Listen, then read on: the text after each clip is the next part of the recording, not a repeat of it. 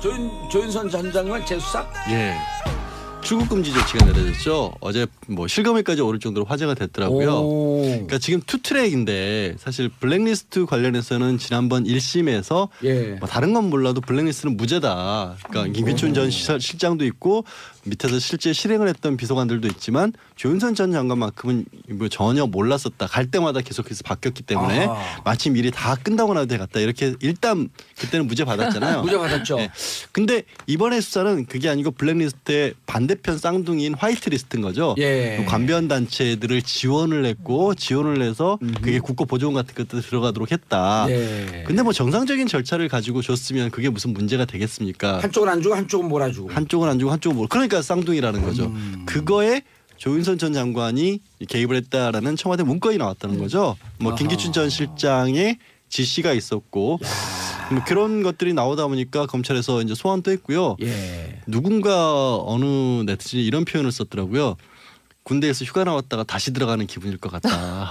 근데 그 잠깐 그거 아니에요? 예? 그거 아니에요? 그거 아니에요? 군대에서 휴가 났다 다시 들어가는 거는요. 다시 들어가면 만나는 사람들도 있고 그리고 끝나는 시점도 있고 거기 생활을 하잖아요. 징역은요 그냥 지옥으로 걸어가는 거예요.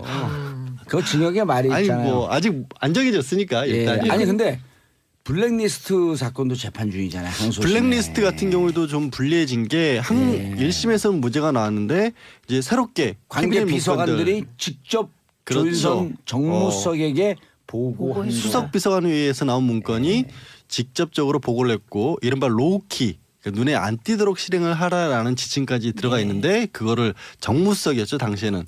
정무수석이 이행을 해라라는 지시가 김기춘 실장을 했다는 게 기록에 남아 있는 게 나와서. 아니 뿐만 아니라 잘했다고 칭찬까지. 그러니까요. 김기춘 실장이. 아니 그거 잘했다는 이거죠. 블랙리스트가 실행되는데 당신은 모르고 있으니 참 잘했다. 그래서 당신은 나중에 그거 블랙리스트에 대해서 무죄 받을 거니 참 잘했다. 동그라미 5개. 정말 진짜 이게 만약에 아직 뭐 가려봐야 되는 거지만 만약에 실제로 블랙리스트에 그렇게 연루가 됐다면 조 전 장관이나 남편이 그렇게 법정에서까지 울었던 건 뭘까 싶어요. 아니 그거보다도 그 재판부 1심 재판부. 그렇죠. 1심 재판부는 뭐 판결이니까 저는 뭐 말씀을 안 드리겠습니다. 왜 판결인데 말씀을 안 해요? 1심 재판부에서 그러니까 명확한 증거가 없다는 이유로 정황 증거만으로 쓴 의심은 많이 가지만 이거를 그 뭐 합리적인 의심의 여지 없이 다 입증이 됐다고 볼 수 없어서 무죄로 받지 않습니까? 김명수 그 대법원장이 와갖고 그런 거 아니에요? 이제 앞으로 방침이 정치적 외풍은 다 막아줄 테니 소신 재판해라. 그렇죠. 정치적 영향 받고 재판한 거 아니냐라고 하는 것을 간접적으로 얘기한 거 아니에요? 그것이 그 재판에 대해서요? 그럼요. 그렇게 해석을 하셨어요? 저는 최근까지는 그렇게 해석하고 싶지 않아요? 아직 하고 싶어요? 아니 그게 아니고요. 그 항소심에서 이제 증거들이 나왔잖아요. 그러니까 1심 재판부가 최민희 의원은 이런 것 같아. 우리가 둘이 무슨 얘기를 하든지 신경 안 쓰고 자기 할 거만 딱 준비하고 있다가 딱 말이 끝나는 거 뭐 이 소음이 끝나기만 기다리는 거야. 딱 끝나면 착 얘기하고. 그게 아니고요. 지금 두 분이 막 우리 무슨 얘기하고 그렇죠? 있었어요? 두 분이 지금 정치적인 있었어요? 김명수 그 대법원장께서는 정치적인 외풍을 막아주실 분인데 있었었네. 당연하죠. 저는 온몸에 귀가 있어요. 온몸에 귀가 있어요? 네. 그 귀라는 게 아니라 기운. 그래서 두 분이 이게 막 목소리가 에스컬레이터 돼서 그렇죠. 진정시키시려고. 네. 우리 둘이 보고 있었는데 고란 기자님 표정이 아니 고란 기자님은 진짜 오늘 저거 방청객 같아. 눈이 동그래지셨어요. 그런데 표정으로 다 드러내셨어요. 놀라셨나 봐. 걱정하셔갖고 그러다 제가 할 수 없이 그래서 1심 재판부는 항소심을 극적으로 반전시키는 역할을 하는 거다. 제가 이렇게 얘기를 합니다. 그렇죠. 아니 그리고 1심 재판부 뭐라 할 게 없는 게 정말 증거에 대해서 합리적 판단했다 우리가 믿어주고 싶죠. 그러나 그런 믿음이 안 가는 건 어떡합니까? 아니 증거에 대해서 합리적인 판단을 했다. 직접적인 증거가 없었다라고 하는데 이른바 캐비닛 문건이 나온 거니까 2심 재판부의 판단은 달라지는 거 아닌가요? 그래서 지금 캐비닛 문건이 지금 박 전 대통령 측에서나 다른 측에서는 그게 문건의 입수 과정도 문제가 있고 그게 실제로 뭐 대통령 기록물인지 아닌지 여부도 따져봐야 되고 처음부터 나오는 거 있죠. 왜 최순실이 태블릿 PC 못 쓴다고 했던 것처럼 이거 자체를 증거로 못 쓰게끔 막으려는 시도를 계속해서 하고 있는데 안 될 겁니다. 안 될 겁니다. 아니 근데 그 이런 거 아니에요. 우리 여기 변호사님 계시지만 증거 나온 거에 대해서 증거에 예를 들어갖고 그 증거가 조작된 증거는 아니잖아요. 조작된 게 아니고요. 어떤 얘기를 계속해서 하냐면 이게 정상적인 과정을 거쳐서 얻은 게 아니니까 불법적인 수집 증거다, 위법 수집 증거다 이런 얘기를 하는데 위법 수집 증거는 뭐냐면 뭐 영장 없이 남의 집에 들어가서 물건을 꺼내는가 이럴 때 위법 수집 증거라는 건데 그러니까 전혀 맞지 않는 법리들을 계속해서 이거라도 한번 주장을 해보자는 식으로 나오고 있어요. 많은데 왜 그런 주장을 할까요? 아 저희도 사람이잖아요. 예. 할 수 있는 게 딱히 없을 때는 있는 거 다 갖다 쓰거든요. 양지열 사람. 앞으로 그 청진기를 뇌에다가 대봤으면 좋겠어. 무슨 생각을 하는지. 이제 그런 시대가 온다는 게 4차 산업혁명 얘기하고 있는 거죠. 이미 왔어요. 청진기를 뇌 타격하게 되면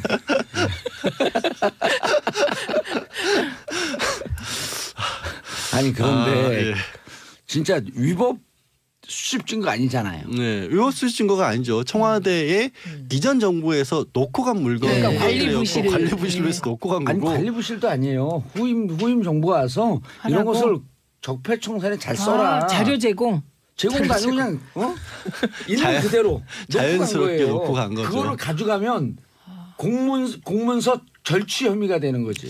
사실 그것이 또 일부에서는 또 대통령 기록물과 관련된 거니까 기록관으로 다 이관을 넘겨야 되는 건데 왜 그걸 검찰에 줬느냐 이런 걸 가지고도 정치권에서도 그렇고 법정에서도 그 주장을 하고 있거든요. 근데 그 설명 좀 해주세요. 예, 우리는 법원에서 좀 대통령 기록물을 누출하거나 이런 거를 처벌을 엄격하게 하고 있기 때문에 복사본도 안 되고 정말로 대통령 기록물이라고 도장 콱 찍혀진 원본만을 대통령 기록물이라고 그거 복사본이나 중간 과정에서 만들어진 것들은 대통령 기록물로 보지 않기 때문에 그거를 뭐 우리 자연스럽게 이전 정권에 준 거니까 검찰에 넘긴 것은 법적으로 문제가 없다라고 보는 게 맞습니다. 양지열 사람님도 이전 정권이 준 거라고 금방 표현하시네요.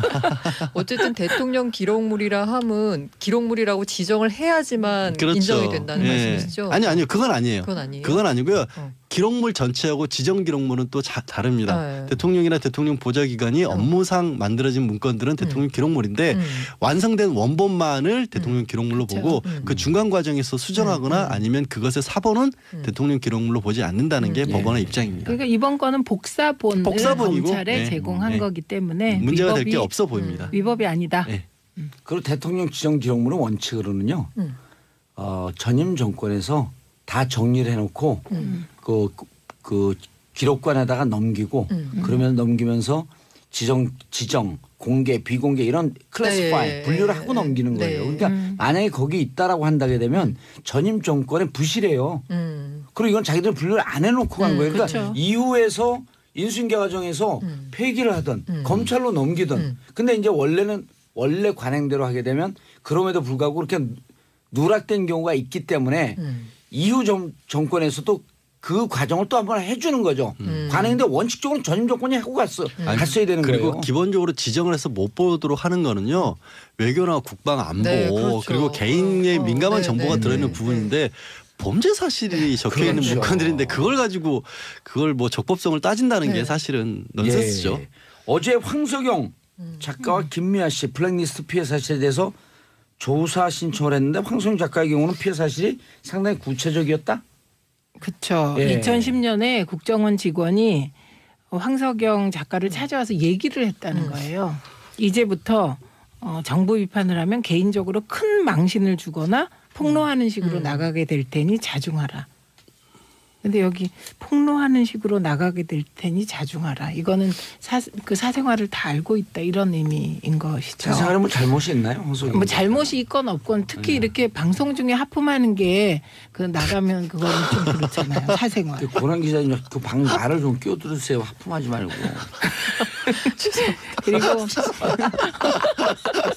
그리고 2011년에는 문재인 후보를 지지했는데 황석영 작가가 그때 황석영이 쓴 광주항쟁 기록 죽음을 넘어 시대의 어둠을 넘어 그게 북한 책을 베낀 것이다. 이런 식의 날조도 했고요. 그다음에 황석영이 제작한 님을 위한 행진곡은 진짜 웃겨서 못 읽겠어요. 김일성 지령을 받아 공작금으로 만든 것. 이렇게 모함을 했대요. 그리고 2016년 3월에 파리 도서전에 황석영 씨가 참가했다고 합니다. 그런데 그 황석영을 참가시킨 실무자가 심할서를 썼답니다. 황석영 씨는 비행기도 자기 돈으로 타고 그렇죠. 스스로 갔다 오셨는데. 그다음에 2014년부터 해마다 6월이면 국민은행 동대문 지점 아주 디테일하게 밝혀요. 국민은행 동대문 지점에서 검찰 측의 수사 목적에 의한 요청으로 금융거래 정보를 제공했다는 사실을 통보받았대요. 2014년부터 해마다 6월이면. 그런데 황석영 선생님이 그냥 인쇄 받을 거 외에는 돈이 그렇게 많지도 않고 그거 모르죠. 죄송스러운 말씀이지만 저는 이제 예전에 제가 중앙일보 문학 담당 기자일 때 몇 번 뵌 적도 있고 하거든요. 그래서 크게 이렇게 요즘에는 책이 그렇게까지 많이 팔리지는 않잖아요. 그래서 경제적으로도 사실 그렇게 여유 있지 않으신 분인데 무슨 계좌 추적까지 했는지 모르겠어요. 아니 근데 최민희 의원님 너무 웃기는 게 이거 그 자기가 막 조사하고 온 게 아니고 홍격결에 너무 웃겨갖고 못 읽겠대. 아니 작가분들이 이렇게 준비한 거를 자기가 한 것처럼 막 얘기를 하고 그래야 되는데 너무 웃겨갖고 이거 못 읽겠어요. 진짜 아까 너무 웃기지 않아요? 왜요? 그 부분은 그 지령을 김일성 지령을 받아서 님을 위한 행진곡을 아 오늘 공진단 뭐 이런 거 나오시는 또 사람이 자기 직업 배경하고 아버님도 한의사고 동생도 한의사니까 공진공이야 공진단. 아 오늘 네. 아니 그런데 나는 사람이 이게 네 죄를 내가 알렸다 그러는 게 이 책을 보고 웃는데 저 하품하는 거 보고 웃는 줄 알고 찔려갖고.